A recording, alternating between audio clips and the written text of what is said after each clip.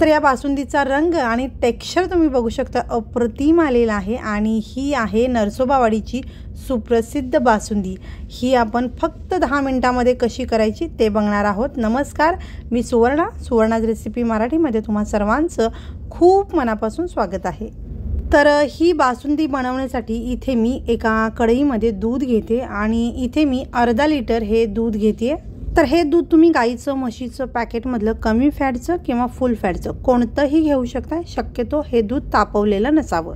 तापवलेल्या दुधावरती साय किंवा मलाईवरती निघून आलेली असते, त्याच्यामुळे आपली जी बासुंदी आहे छान क्रीमी अशी होणार नाही। त्यामुळे शक्यतो न तापवलेलं दूध आपल्याला इथे वापरायचं आहे। तर अर्धा लिटर दुधासाठी इथे मी साधारण 50 ते 60 ग्रॅम हा खवा घेतलेला आहे। तर या खव्याचं परफेक्ट असं काही प्रमाण नाही आहे, तुम्ही यापेक्षा कमी किंवा जास्त खवा घेऊ शकता। कमी खवा घेतला तर बासुंदी जास्त वेळ शिजवावी लागेल आणि जास्त खवा घेतला तर अगदी कमी वेळात ही बासुंदी तयार होईल। तर हा खवा तुम्ही कोणताही घेऊ शकता, अगदी पॅकेटमधला किंवा मिल्क पावडर पासून बनवलेला खवा जरी घेतला तरी चालू शकतो। किंवा तुमच्याकडे जर खवा नसेल तर इथे तुम्ही साधारण 50 ते 60 ग्रॅम किंवा साधारण अर्धी वाटी इथे मिल्क पावडर वापरू शकता। तर याबरोबरच आपल्याला लागणार आहे साखर। तर इथे मी अर्धी वाटी ही साखर घेतलेली आहे आणि चमचाने म्हणाल तर साधारण 4 ते 5 चमचे ही साखर मी घेतलेली आहे। तर इतक्या साखरेच्या प्रमाणामध्ये परफेक्ट गोड अशी ही बासुंदी तयार होते। पण तुम्हाला अगदी फिकी बासुंदी हवी असेल तर साखर थोडीशी कमी करा आणि अगदीच गोड बासुंदी हवी असेल तर थोडीशी साखर तुम्ही वाढवू शकता। तर आपल्याला हा खवा छान असा भाजून घ्यायचा आहे आणि दूध सुद्धा आपण आता गॅसवर उकळण्यासाठी ठेवूयात। तर इथे मी गॅसवरती दूध उकळण्यासाठी ठेवलेलं आहे। तर सुरुवातीला गॅस मी थोडासा मोठा ठेवलेला आहे। दुधाला उकळी येईपर्यंत आपण वाट बघायची आहे आणि त्यानंतर आपल्याला गॅस कमी करायचा आहे। तर दूध आपल्याला खूप वेळ आटवत बसायची गरज नाही आहे, कारण अगदी 10 मिनिटांमध्ये आपण ही बासुंदी बनवणार आहोत। दुधाला उकळी यायला सुरुवात झालेली आहे। गॅस इथे मी कमी केलेला आहे आणि हे दूध आपल्याला एकसारखं मिक्स करत राहायचं आहे। दुधावरती साय जमू द्यायची नाही आहे, ही साय दुधामध्ये मिक्स करत राहायची आहे, म्हणजे आपली बासुंदी मस्त एकसारखी अशी तयार होते। तर हे दूध आपल्याला आटवायचं नाही आहे, तर अगदी 2 मिनिटे आपण हे दूध उकळवून घेणार आहोत। दूध उकळत आहे तोपर्यंत दुसऱ्या गॅसवरती मी हा खवा पॅनमध्ये भाजून घेते। तर हा खवा आपल्याला कोरडाच भाजून घ्यायचा आहे, यामध्ये तूप वगैरे काहीही घालायचं नाही। अगदी 2 मिनिटांमध्ये हा खवा मस्त असा भाजून होतो। खवा भाजल्याचा मस्त असा सुवास येतो, हलकासा रंग बदलतो आणि हलकासा मऊसर असा हा खवा होतो, म्हणजे आपला खवा हा भाजलेला आहे असं समजायचं। तर इथे हा खवा बघा मस्त असा भाजून झालेला आहे। तर आता मी गॅस बंद करते आणि हा खवा आपण दुधामध्ये घालून घेऊयात। तर हे दूध अगदी बारीक गॅसवरती फक्त 2च मिनिटे मी उकळण्यासाठी ठेवलं होतं आणि आता याच्यामध्ये हा खवा घालून आपल्याला व्यवस्थितच हे मिक्स करून घ्यायचं आहे।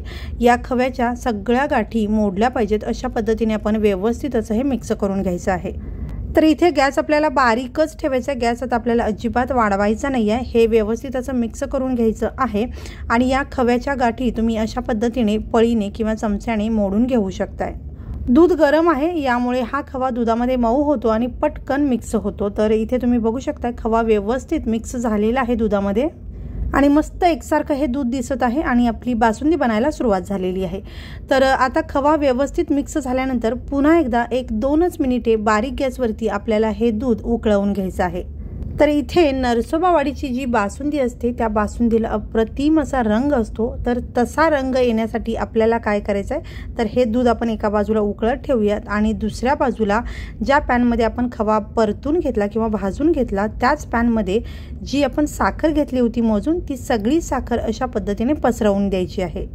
सुरुवातीला गॅस थोडासा मी मोठा ठेवलेला आहे आणि ही साखर वितळण्याची आपल्याला वाट बघायची आहे। साखर वितळायला सुरुवात झाली की आपण या पद्धतीने ही साखर मिक्स करून घ्यायची आहे। तर आता गॅस आपल्याला कमी करायचा आहे आणि ही साखर आपल्याला एकसारखी मिक्स करत राहायची आहे। तर यामध्ये आपल्याला काहीही घालायचं नाही आहे, फक्त ही साखर आपल्याला वितळवून घ्यायची आहे। संपूर्ण साखर वितळेपर्यंत आपल्याला अशाच पद्धतीने एकसारखं हे मिक्स करत राहायचं आहे। तर इथे तुम्ही बघू शकता साखर वितळलेली आहे आणि मस्त असं हे कॅरमल आपलं तयार झालेलं आहे। तर अगदी मस्त रंगाची अशी बासुंदी तुम्हाला हवी असेल तर छान डार्क रंगावरती हे कॅरमल बनवा आणि अगदी हलकासा रंग तुम्हाला बासुंदीला यायला हवा असेल तर तुम्ही अगदी हलक्याशा रंगावरती हे कॅरमल बनवून घेऊ शकता। तर इथे मला हवा तसा रंग या कॅरमलला आलेला आहे। तर आता मी गॅस बंद करून हे कॅरमल दुधामध्ये घालते।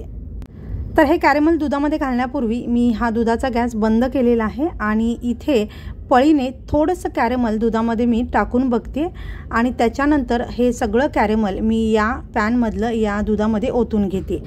तर इथे मी दुधाचा गॅस बंद केला आणि थोडंसं कॅरेमल टाकून चेक केलं। तर असं करण्याचं कारण म्हणजे दूध खूप गरम असेल आणि कॅरेमलसुद्धा खूप गरम असेल आणि सगळं कॅरेमल तुम्ही एकाच वेळेला ओतलात तर अशा वेळेला दूध फसफसून वरती येण्याची शक्यता असते आणि हातावरती उडण्याची शक्यता असते। त्यामुळे आपल्याला अगदी थोडीशी ही छोटीशी काळजी घ्यायची आहे। संपूर्ण कॅरेमल घालून झाल्यानंतर पुन्हा एकदा दुधाचा गॅस मी चालू केलेला आहे आणि दूध थोडंसं थंड होतं, त्याच्यामुळे कॅरेमल घातल्यानंतर ते सॉलिड झालं होतं। दूध गरम झालं की पुन्हा ते व्यवस्थित असं मेल्ट होऊन जातं। तर इथे मी व्यवस्थित असं हे मिक्स करून घेतलेलं आहे आणि कॅरेमल व्यवस्थित दुधामध्ये मिक्स झालेला आहे। तर आता या दुधाचा किंवा या बासुंदीचा रंग तुम्ही बघू शकता, मस्त असा रंग यायला सुरुवात झालेली आहे आणि कढईच्या साईडला जी मलाई जमा होत आहे ती आपल्याला प्रत्येक वेळेला काढून या बासुंदीमध्ये मिक्स करत राहायचं आहे। तर आता कॅरेमल घातल्यानंतर पुन्हा एकदा अगदीच 2 मिनिटे आपल्याला हे दूध किंवा ही बासुंदी शिजवून घ्यायची आहे। तर आता ही बासुंदी अगदी पटकन दाटसर व्हावी याच्यासाठी आपल्याला एक गोष्ट यामध्ये घालायची आहे आणि ते म्हणजे हे कॉर्नफ्लॉवर। तर इथे मी अर्धा चमचा कॉर्नफ्लॉवर घेतलेली आहे। यापेक्षा जास्त कॉर्नफ्लॉवर इथे आपल्याला वापरायचं नाही आहे, फक्त अर्धा चमचा आपल्याला हे घ्यायचं आहे आणि याच्यामध्ये साधारण 1-2 चमचे दूध टाकून हे आपल्याला मिक्स करून घ्यायचं आहे। आणि आता हे दूध आपण या बासुंदीमध्ये ओतूयात आणि पुन्हा एकदा ही बासुंदी आपल्याला व्यवस्थित अशी मिक्स करून घ्यायची आहे। बासुंदी खूप गरम असल्यामुळे कॉर्नफ्लॉवरची स्लरी या बासुंदीमध्ये अगदी पटकन मिक्स झालेली आहे आणि ही बासुंदी छान दाटसर अशी लगेचच तयार झालेली आहे। तर दूध उकळायला ठेवल्यापासून आत्तापर्यंत साधारण 8 ते 9 मिनिटे झालेली आहेत आणि ही बासुंदी आपली आता जवळजवळ तयार होत आलेली आहे। आणि या बासुंदीचा रंग तुम्ही बघू शकता, अगदी अप्रतिम आलेला आहे। परफेक्ट असा रंग आणि कन्सिस्टन्सीसुद्धा अगदी मस्त या बासुंदीला आलेली आहे। तर ही बासुंदी आत्ता तुम्हाला थोडीशी पातळ वाटत असेल, पण ही थंड झाल्यानंतर किंवा तुम्ही काही तास या बासुंदीला फ्रीजमध्ये ठेवलात तर ही बासुंदी अगदी दाटसर अशी बनून तयार होते। तर अवघ्या 10च मिनिटांमध्ये ही आपली सुमधुर बासुंदी बनून तयार झालेली आहे। तर आता मी गॅस बंद करते आणि आता शेवटी याच्यामध्ये मी वेलदोड्याची पावडर घालते। तर तुम्हाला हवं तर तुम्ही याच्यामध्ये थोडंसं जायफळ खिसून किंवा जायफळाची पावडर तुम्हाला आवडत असेल तर घालू शकताय। तर आता हे व्यवस्थित असं मी मिक्स करून घेते आणि ही बासुंदी आपण आता पूर्णपणे थंड करून घेऊयात। तर याच्यामध्ये मी ड्रायफ्रूट्स घातलेले नाही आहेत, पण तुम्हाला आवडत असतील तर तुम्ही घालू शकताय। तर ही बासुंदी आता मी पूर्णपणे थंड करून घेते। तर इथे मी रूम टेम्परेचरवरतीच ही बासुंदी छान थंड करून घेतलेली आहे, फ्रीजमध्ये ठेवलेली नाही आहे। फ्रीजमध्ये ठेवली की अजून जास्त दाटसर ही बासुंदी होणार आहे। तर मला अशीच आवडते, पण तुम्हाला जर यापेक्षा दाटसर हवी असेल तर ही बासुंदी अजून थोडा वेळ तुम्ही शिजवून घेऊ शकता किंवा थोडासा खवा वाढवून घेतला तरी चालू शकतं।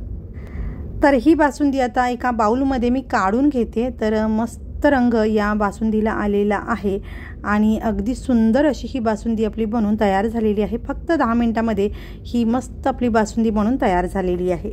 तर नरसोबावाडीची सुप्रसिद्ध अशी ही बासुंदी अवघ्या 10 मिनिटांमध्ये आपण बनवलेली आहे। तर तुम्ही सुद्धा या पद्धतीने झटपट अशी ही बासुंदी बनवून बघा आणि तुम्हाला जर हा व्हिडिओ आवडला असेल तर व्हिडिओला लाईक, शेअर आणि चॅनलला सबस्क्राईब जरूर करा आणि हा व्हिडिओ पाहिल्याबद्दल खूप धन्यवाद।